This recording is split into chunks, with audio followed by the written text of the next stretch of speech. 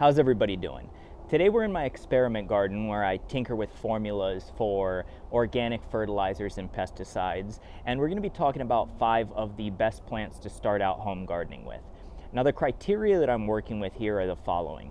First off, it has to have a high yield, so nothing like saffron that only produces a couple of sprigs of spice, no matter how valuable it is. 2, it needs to reach maturity fast, preferably within 100 to 120 days. So trees are pretty much out of this list because they do tend to take a couple of years to fruit. Third, they have to be easy to care for, so no dragon fruits here, which need carefully maintained and regimented water supplies. Without any further ado though, let's go ahead and get into it. Number 5 on our list is going to be the camote, or sweet potato. This is a staple of American Thanksgiving dinner tables. Sweet potato casserole is a great thing. It's a very versatile food. Camotes fritas is one of my favorite things.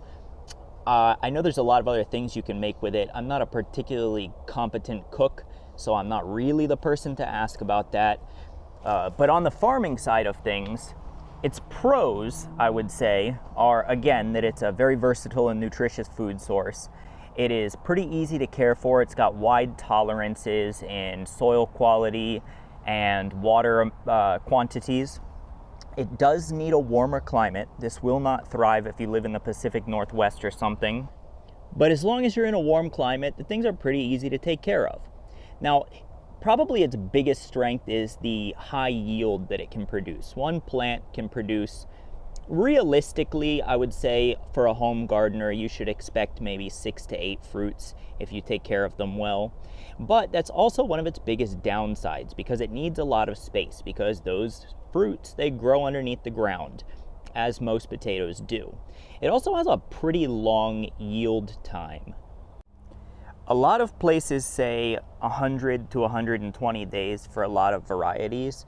In my personal experience, I think you're looking usually more at 130, 135, maybe even 140, depending on the nutrients available to the plant. Now, another pro to these things is they're super easy to propagate, and you can get your hands on some Propagules no problem without spending any extra money.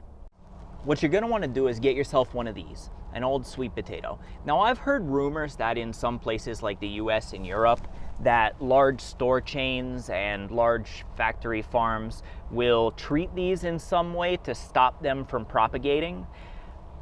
I've never had any experience like that. I've always managed to be able to get Propagules off any potato that I let get old enough. A really cool trick that I don't see enough people talking about is that after you pop your Propagules off and plant them in the ground, you can just take this potato, put it back in a cool, dark place, and it will continue to produce more Propagules for you. I have been using the same set of sweet potatoes for 3 years now, and it doesn't show any sign of slowing down. So for a home farmer looking for starter crops to plant, this is basically an unlimited gold mine. What you do once you get these Propagules off, you want to let them get to about 6 inches long, and then just plant them in the ground. Occasionally they'll have leaves starting to grow on them like this, but if they don't, just plant them in any orientation about 1 inch below the soil, and they will do their thing. I have about a 50 to 60% success rate for new Propagules going in the ground, reaching all the way to adulthood and producing new fruit. So overall, I'm going to give our sweet potatoes 4.5 stars out of 5 for size of yield. I'm going to give them 2.5 stars for time to harvest, and I'm going to give them 3 out of 5 stars for ease of care. But there are even better plants out there than that, so let's go ahead and take a look at the next one. Number 4 on our list is going to be the garlic plant. Now this guy has some pretty serious pros available to it. First off, it is incredibly low maintenance. You can grow garlic, period. I don't care if you've never grown anything in your life. You absolutely can make one of these guys grow. It is the easiest plant in the entire world to take care of. Another huge pro is that while some plants, like some of the ones we're going to be looking at later on, tend to have issues being eaten by insects, the garlic plant actually repels most major pests. Even planting garlic amongst your other crops can help them repel pests. And there is ways to make organic pesticides using garlic that are incredibly effective at deterring predation on your crops. However, that being said, there is another major con that holds this plant back from being probably way up at number 1 on the list. First off, it's not really food.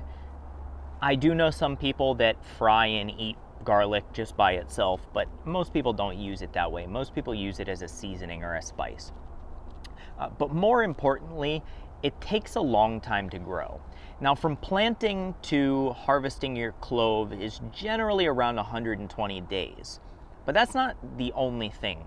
See, garlic needs to have a winter cycle before it will grow. In a cold place, you can plant it in the ground during the winter, and after the last thaw, it will trigger itself to start propagating and growing. If you're in a warmer climate like I am, what you need to do is you need to take this and you need to put it in the refrigerator for about 2 to 3 months before you plant it to trick the lobe into thinking that it's gone through a winter. That added on to the 120-day turnaround cycle on actually growing the plant makes this over 200 days. There are also different types of garlic. There's hard neck garlics and soft neck garlics. Different ones work better in different areas, and maybe someday I'll do a dedicated video just for garlic to talk about things like that. But overall, I'm going to say that the garlic plant gets 2 stars on its yield size and 2.5 stars on its time to harvest. But it makes up for that because it is an easy 5 stars in ease of care. Just leave it in a pot outside somewhere and let it do its thing. We can do better though. Number 3 on the list is the fall classic, the pumpkin plant. Now, pumpkin plants give you an absolutely incredible yield. They produce huge squash fruits that can be used for so many different things. Obviously, there's decorative value. They can be used in pumpkin pies. They can be used for certain flavorings. They can be used to make papitas. There's just a multitude of things you can do with these guys. They're also super easy to care for. If you can get them to propagate and get them in the ground, they're gonna do their thing. Unless you have deer in the area, that can be a problem. Then you might have to fence them off. Now, the downsides are they do take up a ton of space. This plant here is nowhere near full size. They are going to run out about 6 to 7 meters. They also have a pretty slow harvest time. I've seen people say that they've gotten pumpkins to harvest in 90 days, which is probably true for some small decorative pumpkin species. For a large pumpkin, a food pumpkin, I think 120 days is pretty reasonable. Also, I can say that I've gone as much as 150 days trying to grow a large pumpkin. Overall, the pumpkin is definitely 5 stars in its yield size. It's probably 2.5 stars in its time to harvest, and I'd give it a 4-star out of 5 rating in ease of care. But what if we want something that's a little bit more balanced? What about a jack of all trades type of plant? I got the perfect one for you up here at number 2. So here we are with our jack of all trades plant, the okra. Now, unfortunately, I will say the okra is a jack of all trades and master of none, and that's what keeps it off of number 1 on our list. But it has some pretty great qualities that make it deserving of this spot at number 2. Now, okra's status is kind of a really good plant at everything, but not perfect at anything. Kind of leaves me with not a lot to talk about. For those of you who don't know, okra is a staple food in the southern United States. It's kind of a traditional part of soul food and a lot of southern recipes. It's not really my cup of tea, which is why I don't have any full-grown ones to show you. I just kind of planted a crop this year to see how it worked. Here's the problem that I've had with it in the past. It does get pretty big, and you need a lot of spacing for it. It produces not as much fruit, I think, per plant as you would expect it to, but it makes up for that in a really cool way, which is that out of everything we have talked about on this list, okra is the one thing that can be a perennial. Everything else we've talked about, you plant it, bring it to harvest, and then it's gone and you kind of have to start over. But if you live in a warm climate where it doesn't freeze, you can keep okra plants over to the next year. They will grow new fruits, and you can continue to do that as long as they continue to live. And that's a pretty cool thing. But again, it's only really plausible in a warm climate. I would say northern South America, southern United States, Mexico, maybe the Caribbean. I've never tried to grow anything there, so I can't speak from experience, but it would make sense just based on my experience in all the surrounding areas. To rate it, I would give it 3.5 stars in its yield size. I'm going to say 4 stars in its time to harvest. It's about 70 days from planting until there is harvestable fruit usually. And it is 4.5 stars in its ease of care. It's a pretty simple plant to take care of. Again, as long as you're not living in a super cold place, in which case you're going to have to plant it only during summer. So now we come to why I wanted to film this video here in my experimental garden, which is the cabbage. Cabbage is absolutely the #1 plant that you should start out gardening with.